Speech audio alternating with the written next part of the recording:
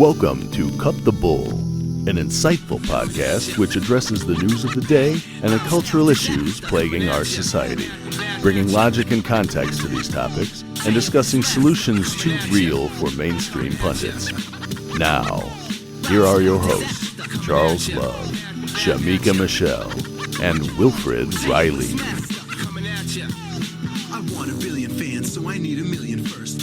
Hello and welcome to Cut the Bull. I am Charles Love, alongside my co-hosts Shamika Michelle and Wilfred Riley.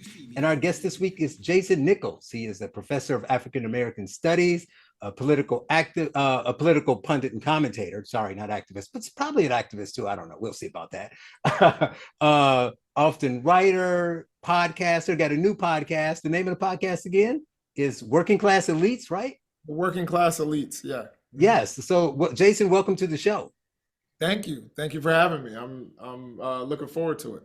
Well, it's good to have you here in this Black History Month. Got to get all the brothers on, talk about some stuff. And, Jason and I have crossed paths a couple of times in person and in minor debate, and we were always kind and cordial to each other. So, Will and I talked about our original goal was to have a guy like you on the podcast. Nobody wanted to do it. So we're like, okay, fine. We'll just have a bunch of guests like you on. None of them wanted to do it. And then we get chided for not having enough people who think differently from us. But I appreciate you coming on. And I think we are going to solve a lot of the countries in the world's problems here today with your insight on correcting us where we're wrong and, meeting in the middle where we are. And I guess we should start with politics. It's the highest level and work our way down. Why don't you give us a brief description and summary of where you think we are, the landscape politically in the country today? That's a really broad question. I mean, I think that there's some healthy debate going on, and then there's unhealthy debate. You know what I mean? I think that there's, if we're going to talk about some of the state houses and Congress, I think that there's a lot of unhealthy discussion, and there's a lot of political retribution rather than actually trying, as you said, to solve the country and the world's issues. Right. I hope we can start to get on the right path, but we've been in a really dangerous place and headed down a dangerous path for quite a while as a nation. And I hope that we can start to really focus on how we can, fix kitchen table issues, fix our economic issues and environmental issues, and not just go down these rabbit holes of silly things. Right. Well, let me ask you this one quick question, and based on that, I'll let Will and Shamika get in. Before we get into what the partisanship is and who's right or who's wrong, who started and all that kind of stuff about the retribution you mentioned and things of that nature, do you think that they're talking about those issues you talk about, the important issues? Obviously, they're not talking about them enough. So I guess I want to start off by asking, is that, I know it changes a bit, but is it new? Is that something that has come about in the last 3 to 5 years? Would you say that there's always been partisanship, right? I mean, we remember the way they treated Obama from the right. We remember how they treated Bush from the left. So that's always been there. But what do you see as different about the way they address economics and all the important issues that should be addressed that we're not debating in a healthy way? I think people are focused on personalities rather than and people they don't like, rather than focusing on the issues. You haven't seen anybody put forth a real serious bill for comprehensive immigration reform, but everybody wants to talk about immigration and the border without actually coming up with solutions, because it's a good political football. We can talk about some of the issues, regarding inflation or many other issues, and people haven't come up with real solid solutions. Of course, the Fed is addressing it, and that's really their purview, to be honest. But when legislators are thinking about things, they're talking about, investigating the origins of COVID, which we'll never find out, because if China doesn't cooperate, we'll never find out. You know what I mean? So there are lots of different rabbit holes that I think were going down, or going after, taking Ilhan Omar off of her her committee assignments, because it's retribution for taking other people off of their committee assignments. I just think it's not a healthy thing. It's not a healthy democracy. And I also think, when we don't believe in our democracy, that's when it's really unhealthy. Like if we don't believe in elections, if we don't believe, in getting people, access to the ballot, I think that's actually bad for our democracy. Will? Yeah, let me just making sure this is on. I mean, I think that the broad framework there, no one could really disagree with. Like, many of our leaders are amoral idiots and they're spending a lot of time arguing about nothing and trying to boost their own profiles. Yeah, I mean, as a political scientist, one of the things we research is that in Congress, I mean, you've got 2-year terms. So most of what you do is spend your time fundraising.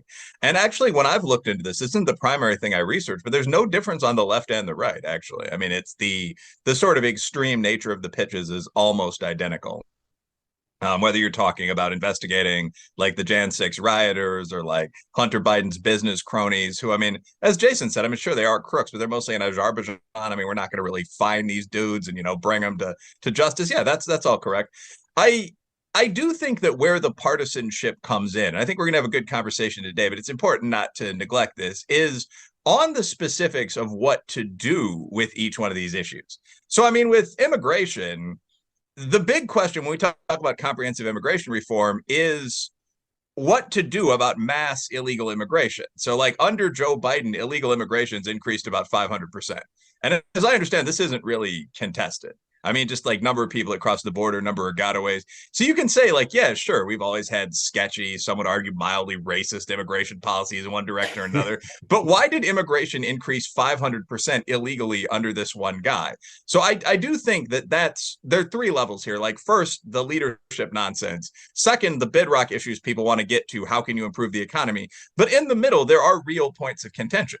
Like, I guess this would be my last sentence. I mean, following the Black Lives Matter movement and COVID-19, and we're still unpacking both, murders jumped from about 14,000 per year to, what was it last year, 23,000, something like that? Yeah, 23,000. I mean, immigration's up 500%, illegal immigration. We all welcome legal immigrants, they're just Americans, So before we can get to line 3, which is, how do you make the budget perfect, we do have to work out line 2. Like, are guys from Mexico really asylum seekers? I mean, like, one of the things that I'm conservative about is obviously not. I mean, it's just bullshit. It's what you would say if you were in a slightly poorer country and you wanted to come to a richer one. So what's the policy on that going to be? So I do think that there are 2 levels of answers, and this is kind of the end of my thing. There are 2 levels of answers citizens should be demanding. We should tell politicians to stop sending us these fundraising pitches and so on. Yeah, that's all true. But in addition to the very core bedrock issues, we do have to have real conversations about crime, real conversations about immigration. There are a whole bunch of things that have gone dramatically bad in the past couple of years. And I think a lot of people notice that. And I think partisanship is separate from those realities. Shamika, anything to add? No, I was going to say I agree with points from both of them. Certainly, I can see where both sides act similar and it's very frustrating. But I do also think, as Will said, there are serious points of contention that it just seems like we're struggling to kind of come to some type of agreement that is even an issue. Some of the things that I think is an issue, people on the other side don't think that. A lot of people feel like illegal immigration is just cool, and we are just being, xenophobic or racist or whatever to not want people to come in because, we were brought here or whatever, just, and so that's frustrating for me. Some of the points that are really problems, that we can't even agree on to get to a place of a solution. We don't even agree that there's a problem. And I think that's a problem. Well, Jason, I'll come back to you in a minute. This is one of the great things about this format. An hour, you don't have to feel rushed. You can say what you need to say. But I'm kind of torn as to which one, because I agree with both of them too, Shamika. But my issue is that I don't know which one is the chicken or the egg here. Will's right that if Jason says these issues are important and they're not talking about them, that might be true, but we don't agree on the issues. But I'm also agreeing that we're not talking about the issues at all. But worse than that, yeah, that's fair. But worse than that is like Shamika says something that's interesting that ties to this. Says that these people don't agree with me on this. Some people think illegal immigration is great and they just want to come in. That's where I'm a little confused. I generally try to give people their argument on some of these things. And this is why I lean toward what Jason said. I don't think that they really do. Now, are there some? Yes. I don't think your average liberal or Democrat thinks illegal immigration unlimited is a good thing. I do not believe that. What I believe is like Jason was saying about this punitive tit for tat thing. It's a problem because of the people we send there. And they become celebrities beyond, similar to Hollywood, right? They get invited to all the events, right? Met Gala, the Grammys, right? So people run for the celebrity, right? I'm already wealthy. I'm not doing it to save the country. I'm doing it for, notoriety. They're on Twitter acting like children and fighting each other. So what that leads me to believe is that people will say, I don't really think I'm not afraid of it, but I don't think it's the best course of action for the country. But I hate the people who hate it so much that I'm not going to fight against it because it pisses them off. I don't mean the politicians. Well, but even the people who are following everyday people that don't know it has increased. We'll get to the everyday people. I don't think they're even paying attention.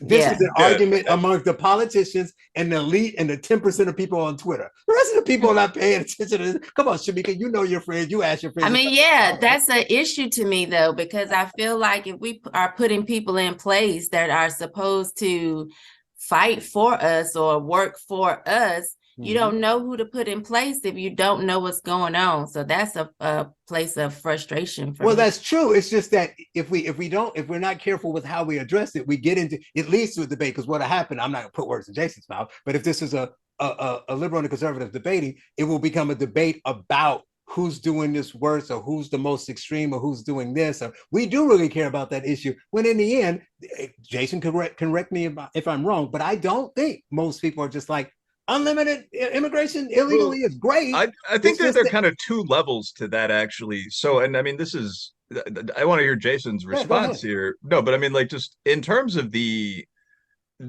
comment that you don't think a lot of liberals support illegal immigration, I don't think it's ever phrased like that, right? I don't think that if you're a liberal pollster for like Third Way, you're going to sit people down and ask something like, do you support people sneaking into this country from the third world?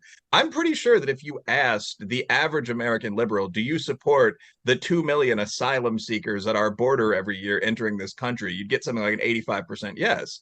So that's an absolute reality. And the issue is, of course, then the deeper question that the conservative intellectual would challenge is, can you be an asylum seeker from Mexico or Jamaica, Poland? I don't see any wars in those countries. So that is a legitimate debate. And I actually think we, quote unquote, are absolutely right on this. Specifically, by the way, I don't think it's Black Americans. There's a huge gain to let a bunch of people from Caucasian failed states in the USA, but that's a separate conversation. Oh, well, then you get into the point of why your Black friends who tend to be liberal will sound more like Shamika. Like, no, well, Black Americans. So actually, white liberals are the outlier when it comes to a lot of issues. Like if you ask, do you go to a church more than once a month or something like that, a whole bunch of things, gay rights, things aren't really the topics of this show, for good or ill. Blacks, Hispanics, white conservatives, down to did you play some football back in the day, test identically. The outlier is white liberals. But anyway, so part of it's just how you define things. Another part of it is what you said, Charles, which is that hate influences this process. But I don't really see how relevant that is. Like the idea of building a wall at the border, which actually I don't necessarily think is the best way to police the border. We have drones and shit now as opposed to just planks of wood. But it's not an irrational idea. I mean, it's been proposed under Bush. It was proposed under Obama. It became this point of heated debate when Donald Trump said it, because people associated it with sort of that orange racist, and it became this whole thing like you were making a point by being against the wall. Mexico has a wall on their southern border. Like that's a very common way of preventing, land-based migration. That's it for 10 minutes of Jason now. Yeah. I think there were a couple of things that Will said that I would agree with. Number one, a wall is not the most effective way to police the border. I 100% agree with that. I think if you talk to liberals and progressives, they want proper vetting. I think liberals and progressives will also acknowledge the fact that we have a labor shortage in this country. So the idea that immigration can help us fill the labor shortage is something that liberals will acknowledge and conservatives oftentimes don't. The fact that we have an issue with Social Security, and how are we going to save Social Security? Immigration is one of the ways that, if you talk to a lot of economists, they'll tell you the only way we're going to save Social Security is if we have a young working population. Right now, of course, pre-COVID anyway, we had people living a long time, you know what I mean? And we were at kill them damn old people. Yeah, right. Well, that was a subtext of the COVID debate. Yeah, I mean, we had Canada and euthanasia. No, we're going. We have a growing elderly population. The quote unquote boomers, and they were outnumbered. They're starting to outnumber the working population, the people who are out there earning that could actually protect them through things like Social Security. So there are reasons for us to want for immigration. And a lot of the people that I think that the right calls illegal immigration or illegal immigrants or illegal aliens or whatever term that they use, I would say people that come without documents, is that they're coming through legal ports of entry. And I think Will has acknowledged this. They come through legal ports of entry and they're claiming asylum. Now, through asylum, you can be denied, of course. I do think that there are things, here's where I would agree with the conservatives, is that there are things we can do to streamline that process. It doesn't need to be this long, drawn-out process. Our immigration system is taxed. Our border enforcement is taxed way too heavily. We've got people, they don't have enough immigration judges, all of those problems that are easily, I would say, somewhat easily fixable that haven't been fixed. And that's what could happen through, what Congress could be working on, but they don't. The other thing is, you're talking about Jamaica or, Mexico. What we certainly can say is someone from Haiti, is there a war in Haiti? I would say it's pretty unstable when your country's being run by a guy named Barbecue. So I think, and I would argue, I'm not sure that Haiti's had a lot of stability over the last, several decades, but certainly not right now, when they don't even have like warlords. They have gangs that are running the country. So I think that there's certainly a claim for Haitian migrants to claim political asylum. And, there's, the Northern Triangle of Central America, that's debatable. One of the things that is going to take time and is a long-term fix is dealing with the issues in the Northern Triangle of Central America, dealing with, which, by the way, if you know the history of the Northern Triangle of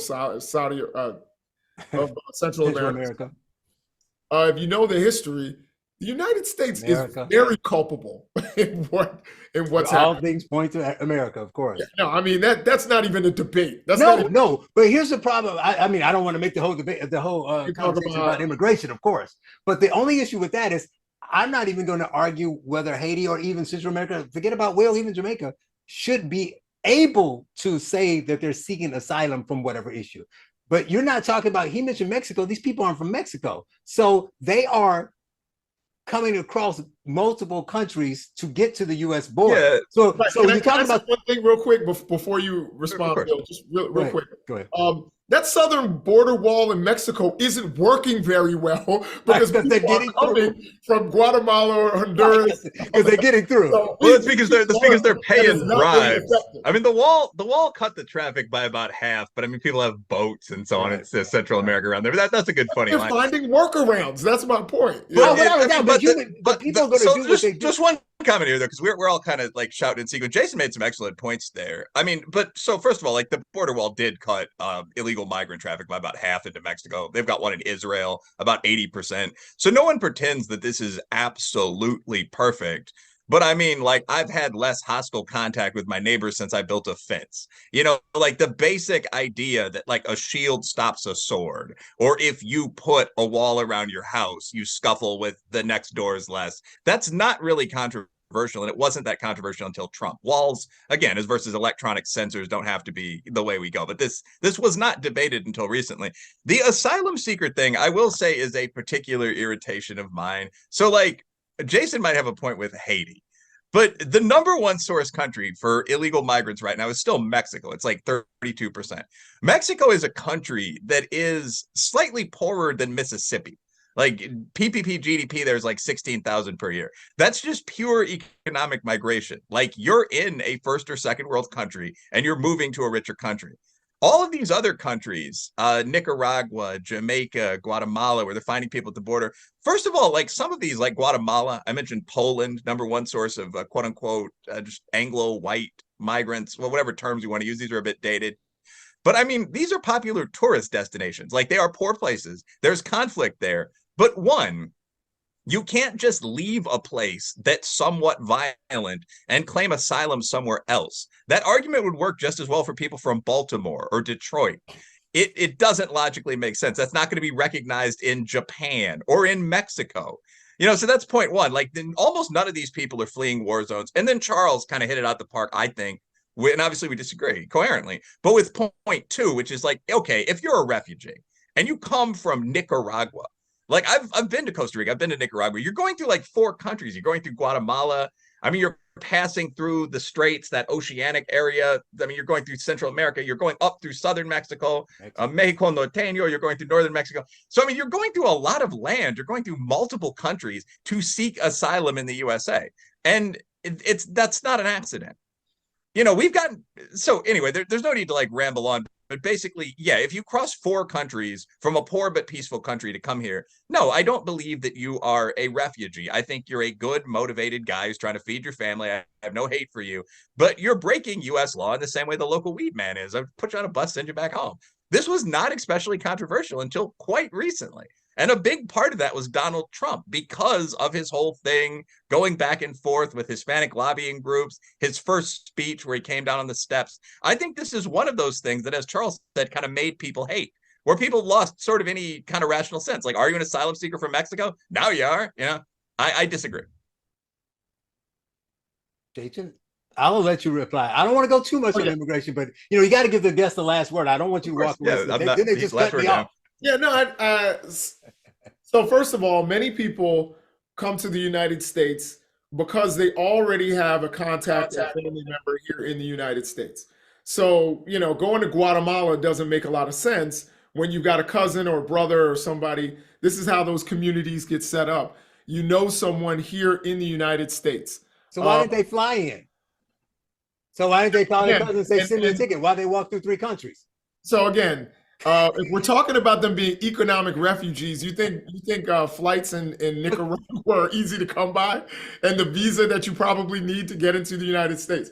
The other thing is that Will said was, okay, you're just being from a violent country. I agree with that. I think many people though are coming for several different reasons. A lot of what we've seen in Central America are climate change based refugees. Their homes are destroyed.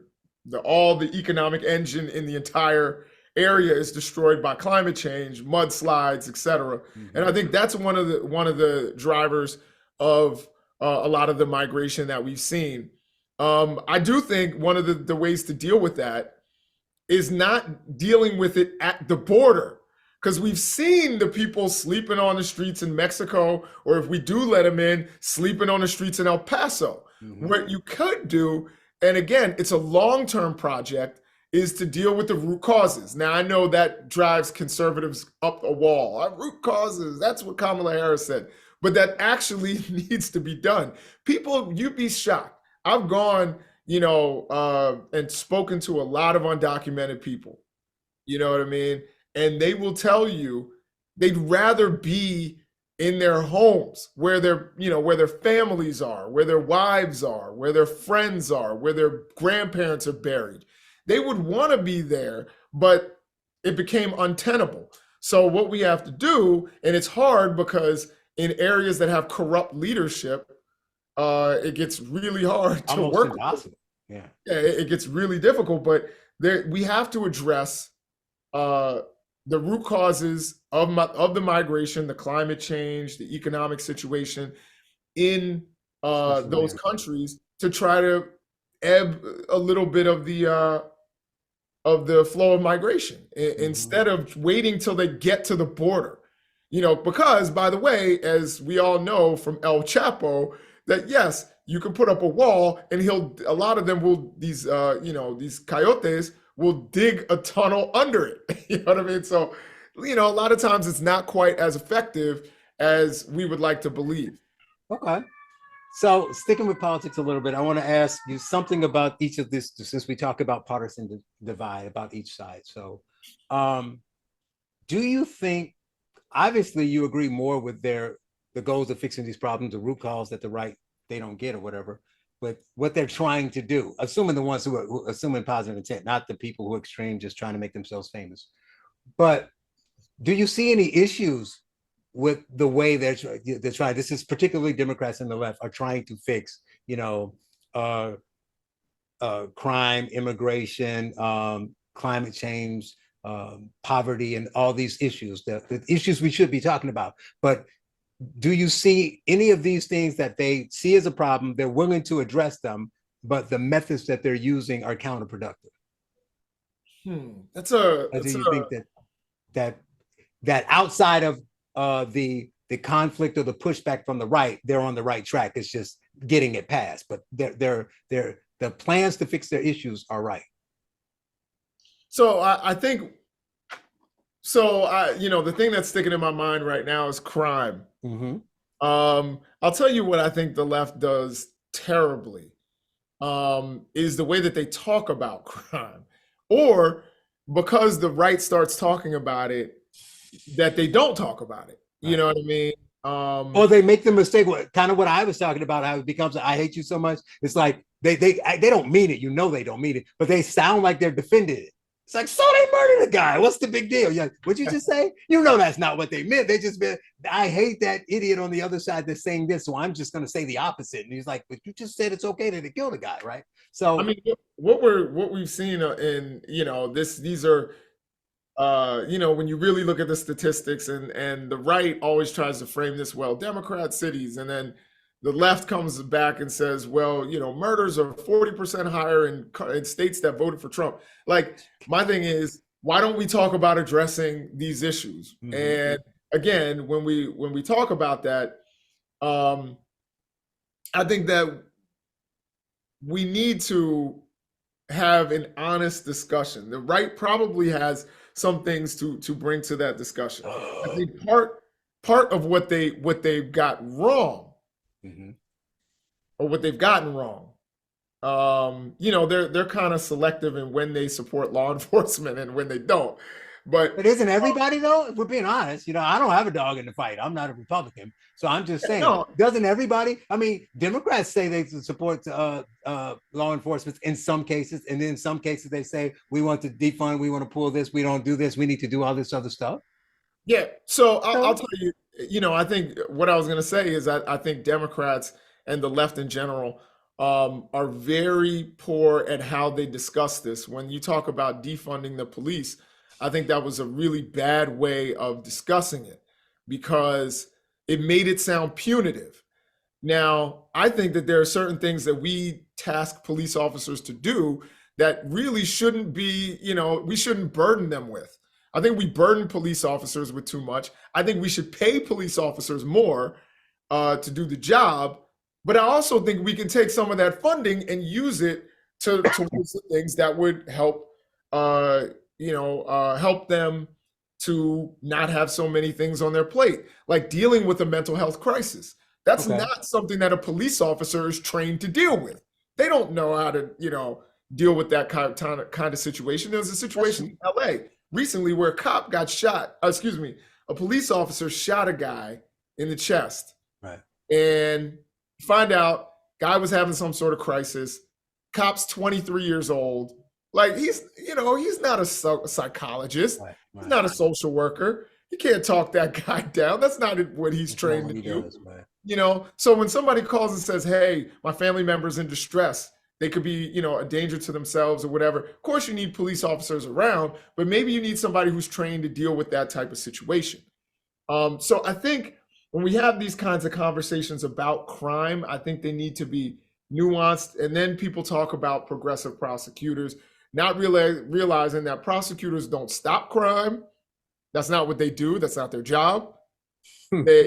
Prosecutors don't even necessarily, they're not the people who investigate crimes the first time. They're the people who prosecute crimes. Sometimes when they feel like it. All right. I'm just kidding, Jason. We had a debate on, I don't want to get it real quick because I want Shamika to get in, but I want to ask you something to that. Since criminal justice was one you used as an example, I'm not even going to debate any of the things you said. This is for you to put it out there. I want people to watch and think about that. But what I will ask you is, because the question was, they have the good intentions, but what about the fruits of the labor? So in that case, don't you think that the things that they are doing, whether it's because they speak about it poorly, all the things that they're trying to do in good, I'm assuming positive intent. So they're doing it to fix certain problems, over policing, whatever the case may be, making the police force worse because it's making fewer people want to be police officers.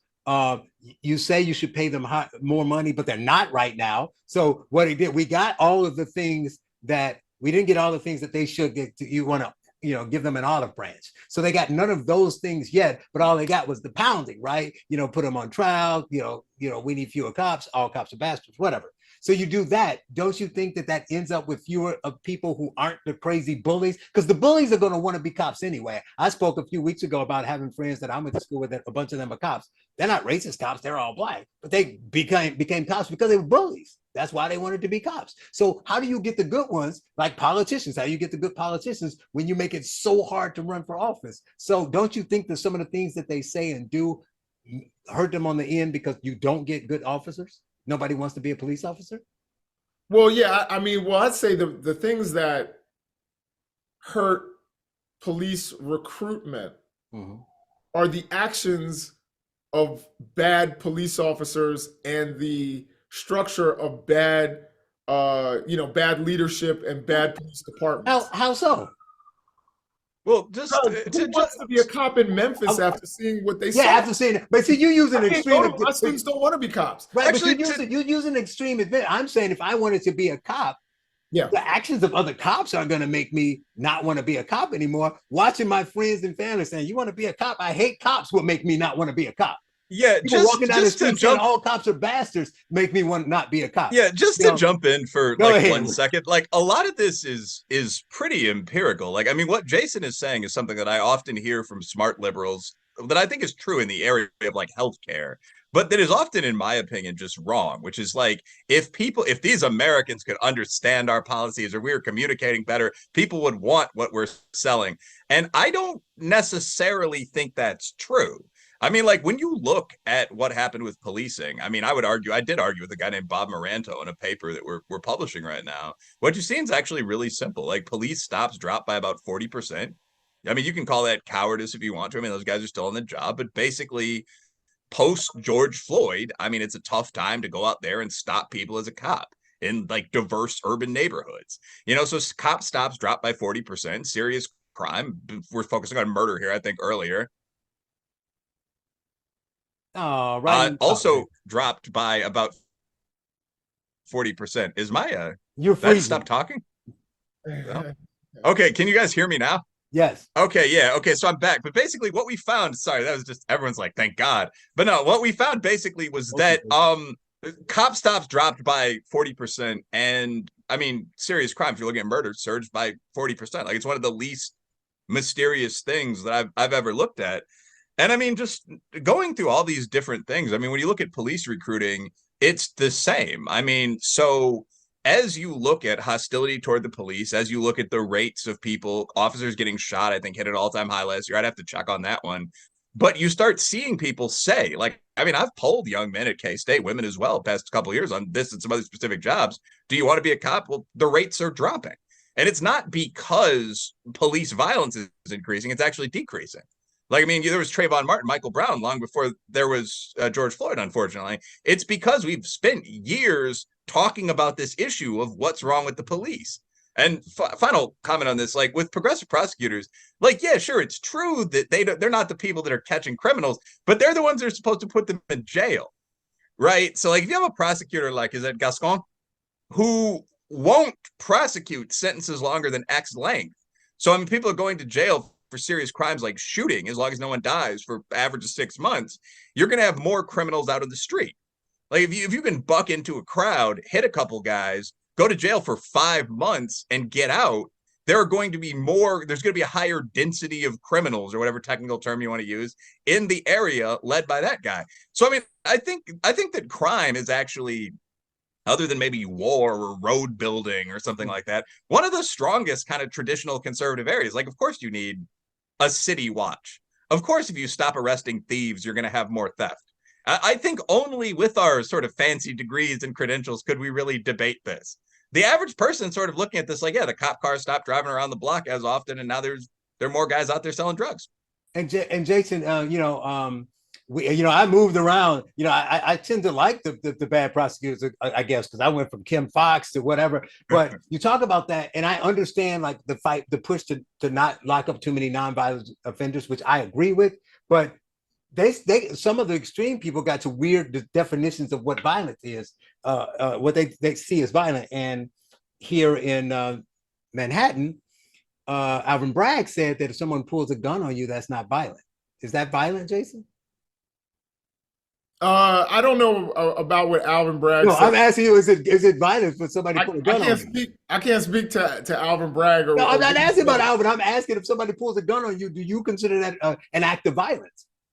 Yeah, I would say so, but I don't know the context of Alvin Bragg's statement, so I can't. But I'm not asking you about Alvin Bragg's statement. If someone pulls a gun on you, do you consider that an act of violence?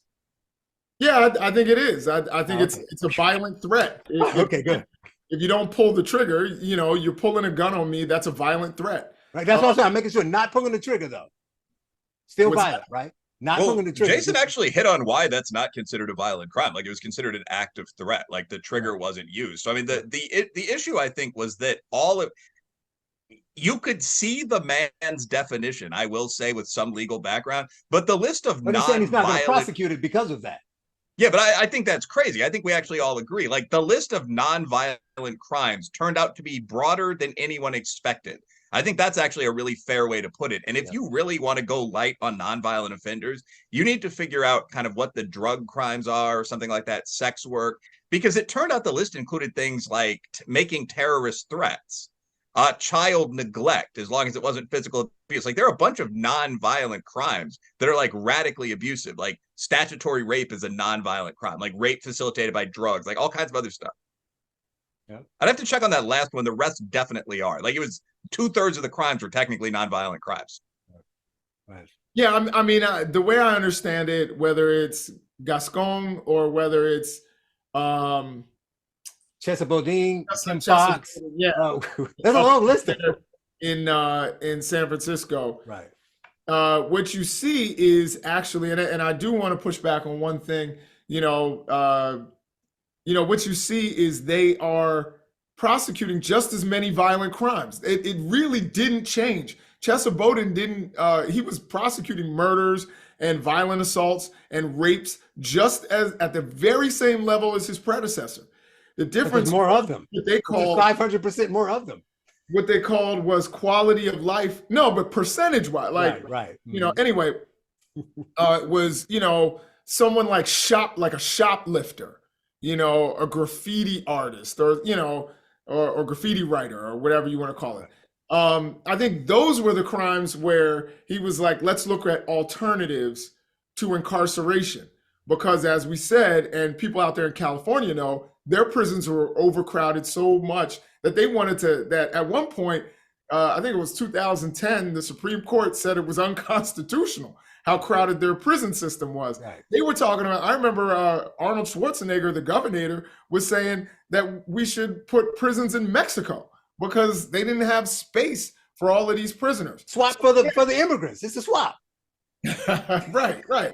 So, and you know, I just want to say that with what Will said, he's right about the prosecution, and you know, I don't know the numbers on whether, you know, if you shoot somebody, you're going to do 6 months. I can't say that. I know in New York, you know, you even have a gun, you're going to do at least a year.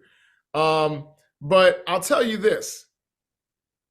One of the things that's been proven over and over and over again in research is that in terms of deterring crime, the length of a sentence does not do it.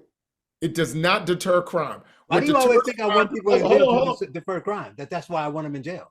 Yeah, I mean, It's not why I want them in jail. That, but, well, you want your crime rate to drop, right? I want that violent criminal off the street. Sure. Well, it doesn't deter the next crime by the same individual, right? Yeah, let me just finish this statement real quick. Right.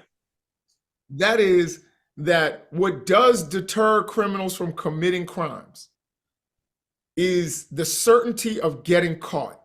So a lot of times we put this on prosecutors and we don't look at the clearance rate of the police department. Oh yeah, no. Chicago at one point the murder was 20%. Yeah, when you know, and again, you sat there and talked. Are you in Chicago? No, I'm in New York now. I just moved to New York about 4 years, but right before COVID. But I was there for 12 years. Okay, so you mentioned Kim Fox. Now, did you like Anita Alvarez? You know what I mean? Are you kidding? I like anybody in Chicago, so it's a fluke. I mean, Chicago's got issues. Chicago was red. Chicago was rough. Like the whole country does. But you know, Anita Alvarez. Did you like what happened with Laquan McDonald and you know them burying that and Rahm Emanuel? So listen, them your peeps, Jason. Rahm Emanuel's not my peeps. You know what I mean? He's not my peeps. That's Obama's ace coon boom. Yeah, well, that's Obama. That ain't me. We both black, but that's it. You know, well, Rahm Emanuel's not my guy. No, you're right. But I mean, there's a lot. But these things are complicated. Anita Alvarez even less. Right? Yeah, but I'm saying these things are complicated, and we're not going to solve them one without both sides coming to the table. But also, when you come into the table being disingenuous, saying you hate cops or you hate people or you want people to be shot and all that stuff. Nobody wants anybody to be shot, right? Well, Shamika wants some people. But so the issue is, do you even like you said earlier that the right has to have some good points on some of these issues, but right now no one's listening. It's just like if you want people in jail, you enjoy and you revel at the school to prison pipeline, or maybe I just want certain people in jail. I mean, it doesn't make you a racist or But you want violent criminals in jail. Yes, but we have a definition. But we have a definition of what violent different. So I have people that say, yeah, I want violent criminals in jail too. But when I start listing off stuff, I think, well, that ain't really violent. And when we get in, nobody's in jail because you don't want anybody in jail but murder. Murder is not the only thing I want people in jail for. I want rapists. I don't mean you. I mean a lot of people say, you want what? Give me some. I want all those guys, all those. Then we're fine because we act like the people will act like letting go of these nonviolent. Like I had somebody debating me the other day because they were just like, we have too many people in prison, which I think is a dumb phrase. It's not. You might not be wrong, right? But saying with too many, the number of people in prison is based on how many crimes they break. So you might mean. Words matter. They didn't say too many nonviolent. The number of people in American prisons are too many. So what if, I don't know, it's 300 million, 330 million people in America? What if 8 million people committed murder tomorrow? What should the number of people in prison be? Most of us would say 8 million, but 8 million is more than the number in prison right now. So when you say that there's too many people in prison, you are throwing out what they may or may not have done. That is not, there's too many nonviolent offenders. They're saying, look at the number of people in prison around the world. Look at how many here. We have a problem. We have too many, which we do, but they're thinking the solution is just not having a finite number of people in prison. That's asinine. Don't you need to also look at what they did? One of the things that I think no one ever discusses here is that there's actually kind of a libertarian compromise between left and right, which is that we decriminalize a lot of shit and free up the police to focus on serious criminal offenders. Right. I mean, So like the biggest, and this is where I do think honestly some class and probably some race bigotry comes in. Like the biggest black white overrepresentation, Jason actually might correct this, but that I've seen when it comes to being jailed or for things like misdemeanor weed charges. Like if you're a gang or mob hitman, I mean that's pretty similar. Like you're I mean outside of Chicago, but you're pretty likely to go to jail and be dealt with. Everyone's very likely to support that. The question is, what do you so again, I think there are almost three levels here. There's stuff that probably is not thought of as crime by most people, like smoking a nickel bag's worth of marijuana outside rather than inside. Then there's stuff that falls on that list that no one expected to be nonviolent, like threatening your girlfriend repeatedly. And then there's actual serious crime like murder. And the less you focus on stuff in category one, the more those group gaps close and the more the police can focus on real crimes, So crimes that are called in by victims. No, I think that makes sense. But here's the thing. One of the things that we got starting in New York City a long time ago was broken windows policing. So the idea was get rid of, the guys smoking weed. We had, a mayor in Baltimore for, a couple of years ago, a guy named Martin O'Malley. And his whole thing was clear the streets. And he was cooking the crime books. It was all because he wanted to be governor, and he ended up being governor. But I'm gonna say what happened to him. I was going to say that, right? He flamed out. Well, he wasn't. But after becoming governor, though, right? That was my point. Governor, but he wanted to be president. And he wanted to be president. He also got parodied in The Wire, if I recall correctly. Absolutely, but he got parodied correctly too. Like, yeah, he was the ambitious, amoral white politician. Yeah, exactly. But so that's exactly what he was. Can I hear from Shamika? Yes. I'm sorry, what'd you say? Oh, yeah. I said, well, you can say whatever your comments you want to say about what's been said, but I also at the end want you to tell me what you think the left gets wrong. I agree with Jason when he says the messaging, that the way they kind of framed some of the messaging. What makes me question whether it's innocent or intentional or malicious is the fact that prosecutors are letting so many people just walk free. I do think we overwhelm the police, though. I agree with that. What, to me, the solution would be, if you break in my house, I should be able to shoot you, period. If I catch you breaking into my car, I feel like I should be able to shoot you. I don't feel like I should have to call the police and say, oh, this person broke into my car. If I catch you red-handed, I would like to be able to handle that myself if I'm able to, and that's nonviolent, Jason. Sounds nonviolent to me. I mean, nonviolent. I have no objection to that at all. Like, yeah, I object to that. I don't have for this people, is the law of the jungle, as old and as true as the sky. Like, I wish that was the way we could solve it. Like I don't have an issue with somebody doing crack as long as now if you do crack and come try to break in my house, I should be able to shoot you. But if you're doing crack and you ain't bothering nobody, crack on. I don't have an issue with that. I wouldn't, I do think we overwhelm the cops, but for me, I wish we just had a little bit more freedom to take care of some stuff ourselves. Taking lives, Jason. Taking lives. Jason, what does the right get right? So I think Shamika got some things right. I would agree with. Not to shoot everybody though. Not that part. Well, if you break in my home, the home, but not the car. You get shot. Right. And that's a fact. Right. You know what I mean? But I'm somebody who gets threats from the right. You know what I mean? And guess what? Like I said, you break in my home, you get shot. Right. I'll tell my wife to call the police while I'm shooting. Well, I can't believe you would get threats. You're such a nice guy, Jason. Whatever. But so I'm with that. I'm for safe gun ownership, particularly that the fact that you have the right to protect your home, the old school castle doctrine. Right. I'm with that. Right. I don't agree because we had a kid in DC, 13-year-old kid who just got shot by some dude. If your car is on a public street or even in your driveway, the fact that you have to shoot that guy dead, I think I'm going to disagree there. Should that guy be getting into my car though? It's my car. Okay. Like, it's not yours. 13-year-old not to come in somebody else's car. Yo, listen, a car is replaceable. I'm not saying it's replaceable. Should he be coming into my car? You know, like I said, an enemy is replaceable too. No, because I don't know, Correct. but should he be going onto somebody's property trying to go into their car? I'm That's assuming not you the think point. not, right? That's not No, the but it's the question. That's what I'm asking. Should he be going in the car? It's not a point. But it's my question, It's Jason. not answering that question. So you won't answer whether somebody should go into your property. I think it's a silly question. We all know the answer to that. What No, we we do that not it's know not- the answer to that it's because not- you refuse to answer. Jason's obviously saying that that's bad, but it doesn't justify shooting someone. But I'm not My- asking about That's shooting. my point. But I'm not asking about shooting. So how is that your point? I didn't ask you about shooting because the point isn't about shooting. The point is about how we never address the bad behavior. What we want to say, somebody knocks over a liquor store. We want to say, well, we need to know about what was happening in his personal life first. The hell I do. If you were addressing the bad behavior, it wouldn't escalate to the point it does. But see, what we want to do is I want to answer whether something bad or not. Who am I to say whether you should break into a car or not? Why can't we say what's wrong and right? Because I guarantee your kids do something wrong, you address it. It's only when it's other people's kids that we're just like, well, we can't really judge them just because of that. And it seems callous, but that's how we get to situations where we see all the time on TV. Some guy breaks into the store. Family Dollar, I think was the last one I saw. Security guys shoot him. And they're like, well, they didn't have to shoot my brother.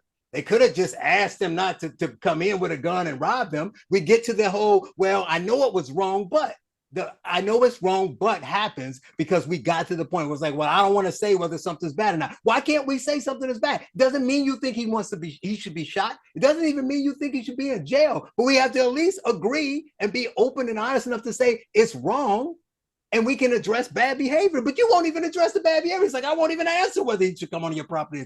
I should shoot him if he comes to my house, but if he steals my car, he could just have my car because it's a car. No, you may not agree with the broken windows thing they did in New York, but you have to admit that you can't just allow other things to happen just because they're nonviolent. You want to live in a society where only violent crime is prosecuted and then everything else is free as you can go? You think the criminals are dumb enough that they're not going to just keep stealing more?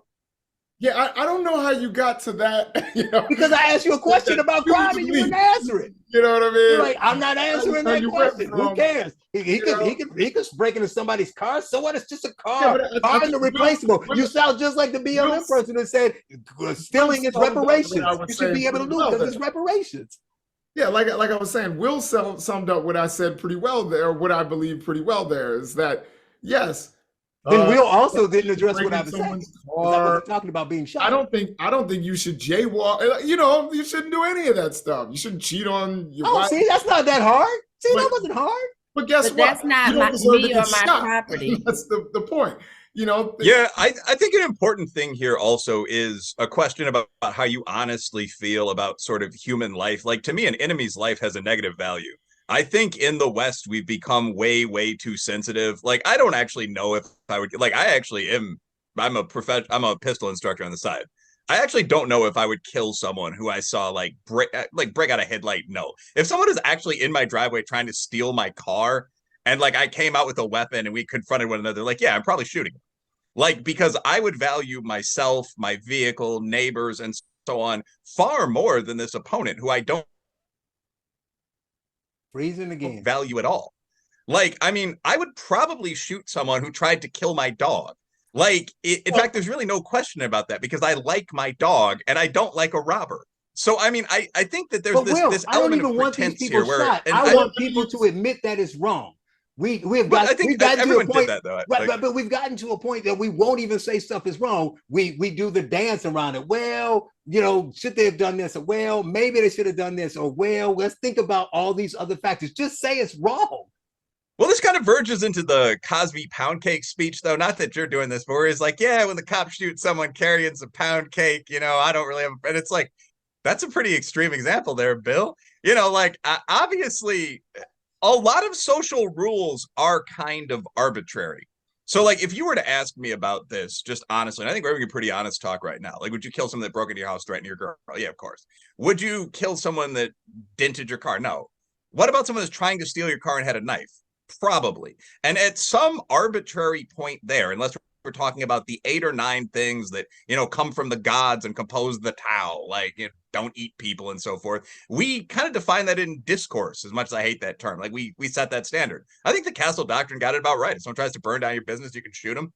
If someone yells insults at you, you can't. Punches you, you can't. you can respond with sort of equivalent violence. Right. So I don't know if there's one answer to those questions, but we're a bit into philosophy away from, does policing decrease crime? And I think the answer is obviously yeah.